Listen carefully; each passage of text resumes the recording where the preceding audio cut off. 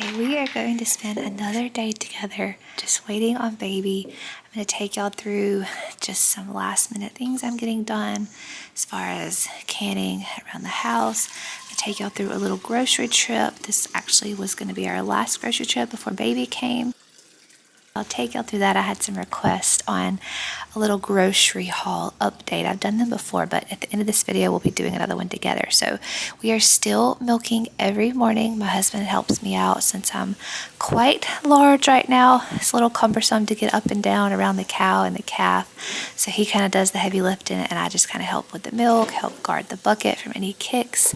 And that has just been such a rewarding experience to do together every morning and have this milk. We both say that it's such a feeling of reward when we get to write the date on the milk and check that off our to-do list for the morning and have this beautiful food for our family to drink.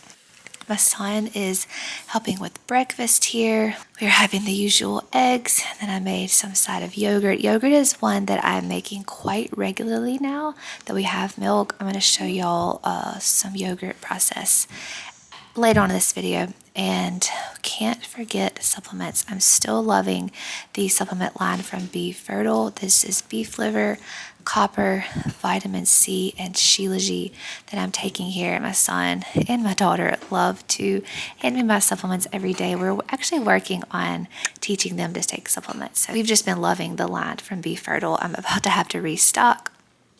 So if you're looking for a good supplement line, that is one I highly recommend. Okay, this soup here was an oxtail soup, and it was absolutely delicious. When I made it, I thought, this is the first meal I want to have after I give birth. So we had this the night before, and what I'm doing is putting it in a jar, and I'm going to keep it in the fridge for a few days in anticipation that I have the baby soon, and this will still be fresh, and my husband, my midwife, doula, can warm it up for me right after birth because it was just such a warming, grounding, nutrient-dense, nose-to-tail dish. When I made it for my family, I tasted it. I was like, this is the first meal I want to have after I give birth, which is quite contrary to what I felt after giving birth to my first child. I know a lot of women crave deli sandwiches after they have a baby because they're told they can't eat deli sandwiches throughout pregnancy. I don't actually follow that rule, but this is a whole lot heartier, a whole lot healthier of a meal to have after giving birth than a deli sandwich. No, I'm not judging if that's something that you've craved because I was there. But since changing a lot of our eating habits and what our bodies and learning what our bodies actually need and crave, oxtail soup is what I've decided I'm going to be eating as my first meal after giving birth. So we're going to keep this in the fridge. If I have to move it to the freezer, I will, but hopefully baby comes pretty soon and I can just pull this out of the fridge. My husband warm it up for me for that first post-birth meal. Okay, we're going on our morning walk. This is something I do daily, try to do daily, if not every other day. My kids are really into just hanging out swinging, which is perfect because then I don't have to push the stroller and I can just really focus on the walk, moving my hips, keeping those hips balanced and aligned. I've talked so much about spinning babies, and this is one of the recommended daily routines, daily movements, is just walking. It's so beneficial for preparing the body for birth and just your overall health. And on these beautiful days like this, it's not super hot here just yet. We've got to get out early or it will get really hot. I just love this time, this peaceful morning walk, just thinking about preparing for when baby arrives. Our blueberry trees are still very immature, but they are putting on about a cup or two of blueberries every day. So that's another little summertime morning habit my kids and I have that we just absolutely love. And it just excites me that in any day now, we might have a little baby out here with us. Well, not any day now because I'm not going to be out picking blueberries right after giving birth, but within the next month, we'll have a little baby out here with us picking blueberries if blueberries are still ripe by then.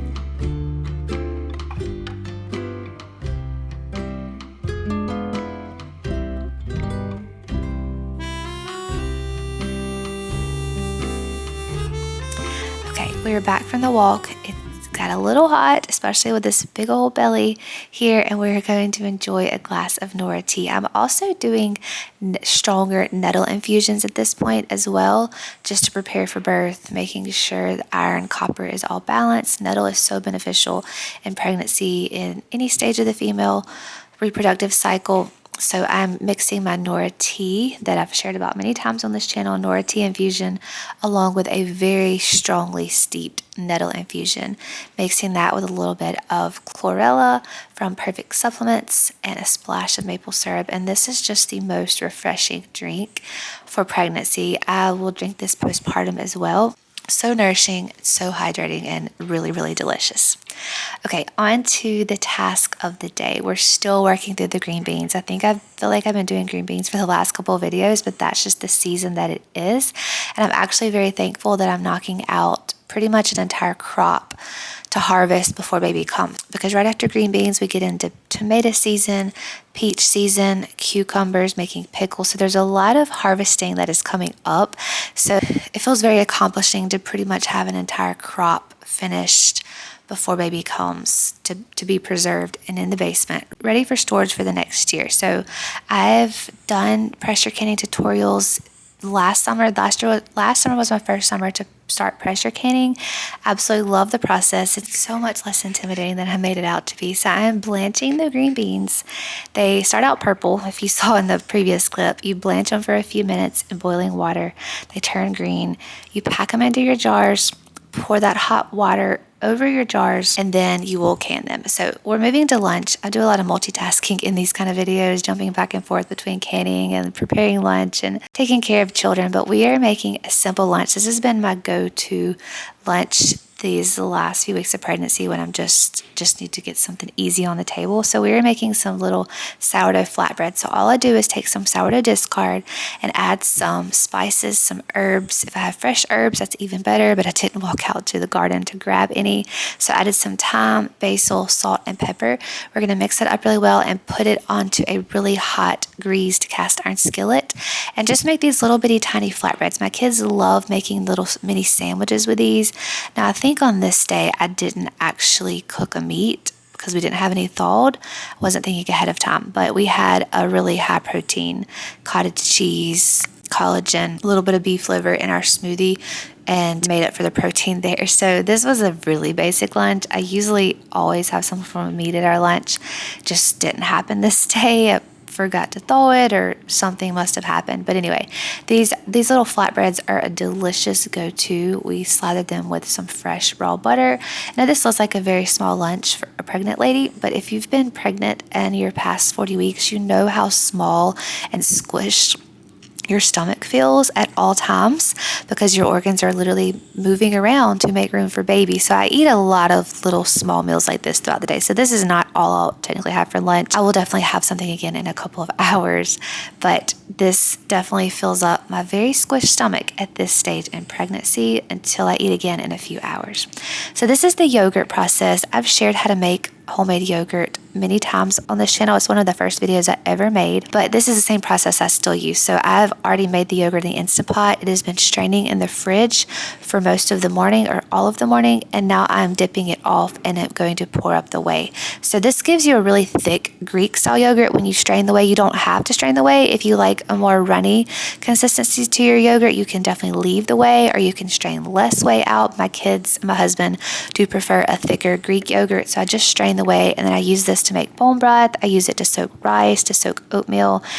I freeze some just as backup. I use it in soups. It's just a really high protein byproduct of making yogurt, cottage cheese, basically any milk product. A lot of milk products have the byproduct of whey.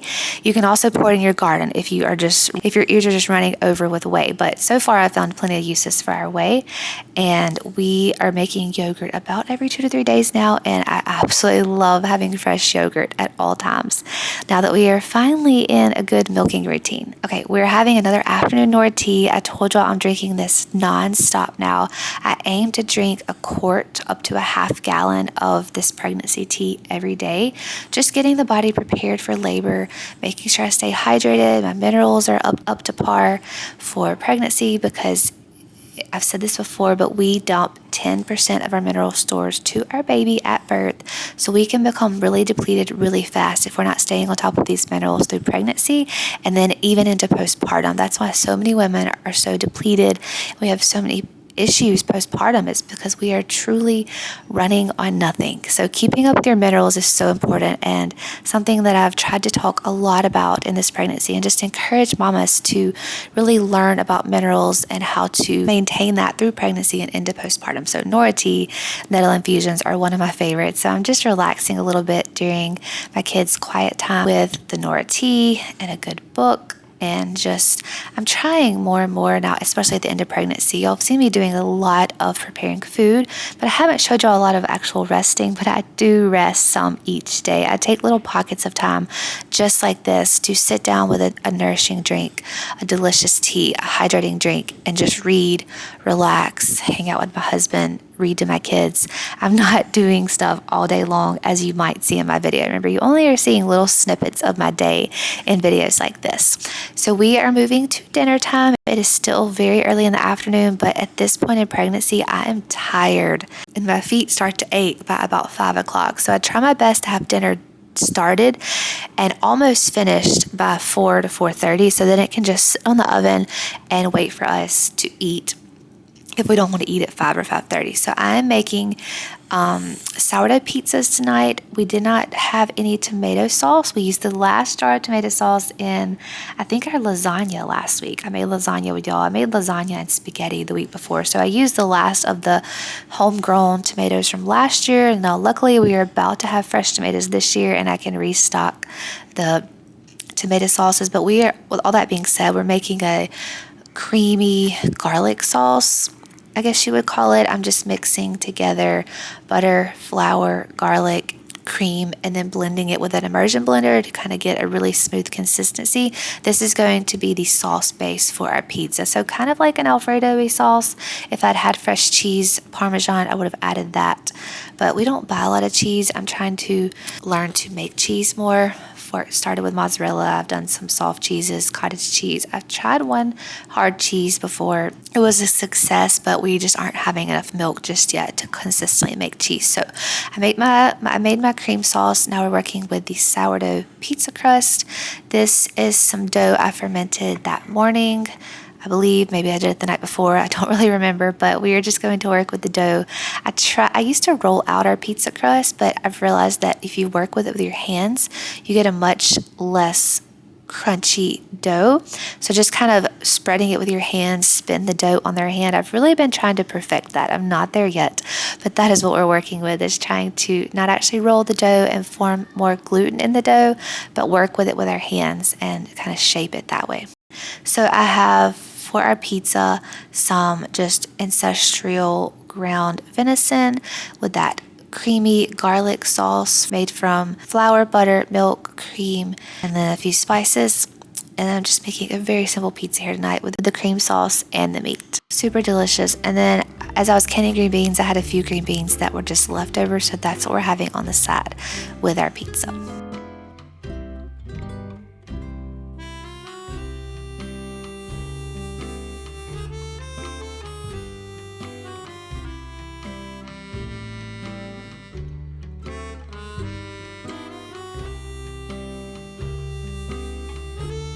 It is evening time and we are out in the garden. This is a potato harvest night. We are trying to get as much as we can harvested before baby comes, because we know there's going to be a 1 to 2 week lull where things kind of just stop, because I'm going to be resting. My husband's going to be taking care of me, the kids, making sure everyone's fed, bathed, cleaned.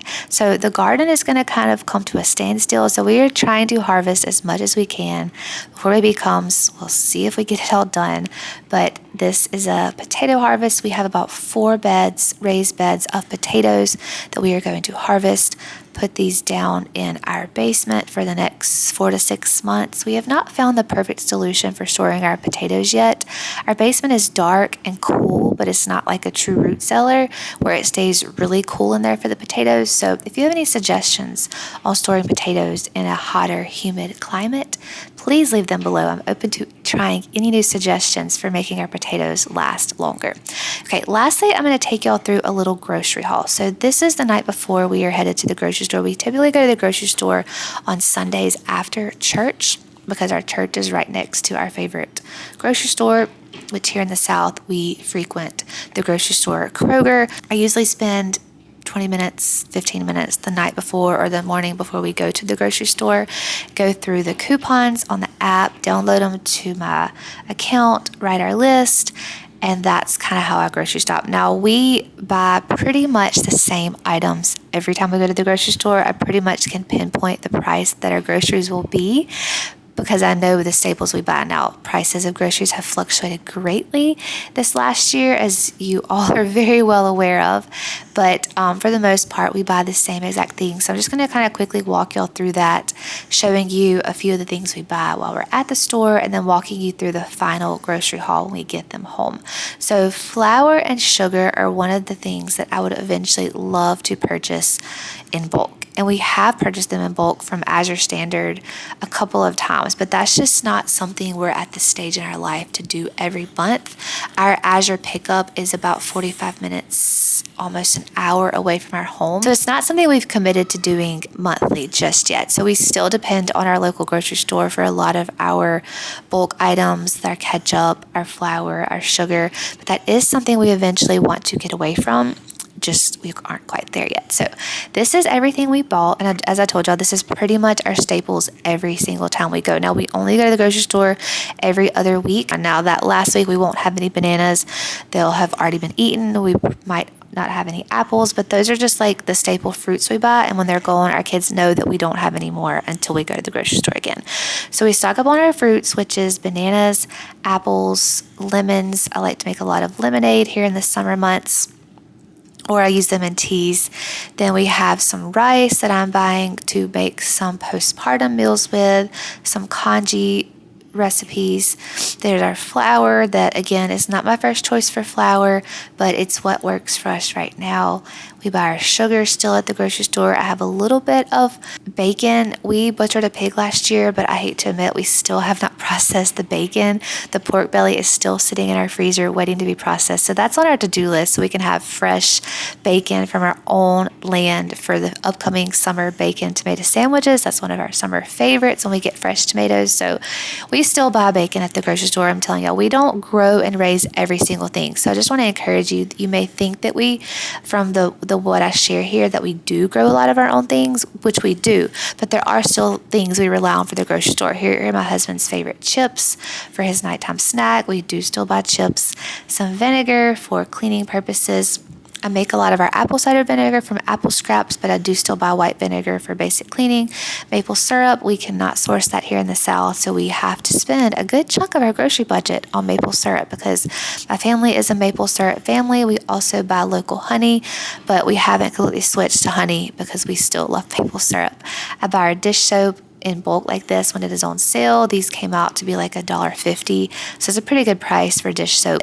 We do still buy our ketchup, coconut aminos to make like Asian stir fries. I always try to keep that stocked. Chocolate chips, again, something I would love to eventually buy in bulk from Azure, but this is what we use right now for simple sourdough chocolate chip cookies. Salsa to go with my husband's favorite chips at night, and a little bit of peanut butter. Now, we don't eat a ton of peanut butter. It is a nut butter, and we don't eat tons and tons of nut butter, but every now and then we crave a little bit of peanut butter, so we buy like one jar and it lasts us over a month. So this is not something we buy weekly. And then butter. I would love to eventually, one day, make all of our own butter from our cream from our own cow. Again, we're not quite there yet. We are working on sustainability, but these are the staples we still rely on the grocery store for. We do still occasionally buy some paper products, Ziploc bags for freezing, so that's not all in this haul, but this is pretty much a standard grocery haul for us. And if you're wondering price-wise, this came out to be $232.73. Now, we do get fuel points off of this, so we get double the fuel points, so that helps with our gas prices. But just an idea, all of this was $232. Hope this was helpful for y'all to see kind of just a simple grocery haul of what we buy just about every other week. This is pretty much it. Pretty standard. Our grocery bill lingers right around $200 to $250 every other week. So I guess that's still pretty cheap for most families, but we do make a lot of things at home. We do buy our meat in bulk. We do have our milk and our dairy now from our cow. So that has cut out a lot of our grocery bill. And a good chunk of our meat comes from game my husband harvests. And then we buy our beef in bulk every year. So that kind of changes our grocery bill a little bit from what some families might be buying if they're buying meat at the grocery stores. Thank y'all for spending this day with me. Still waiting on sweet little baby to arrive. Hope you enjoyed seeing a peek of our grocery haul of a local grocery store, not buying in bulk, just the basics we buy every other week to every 3 weeks. I will talk to y'all in my next video.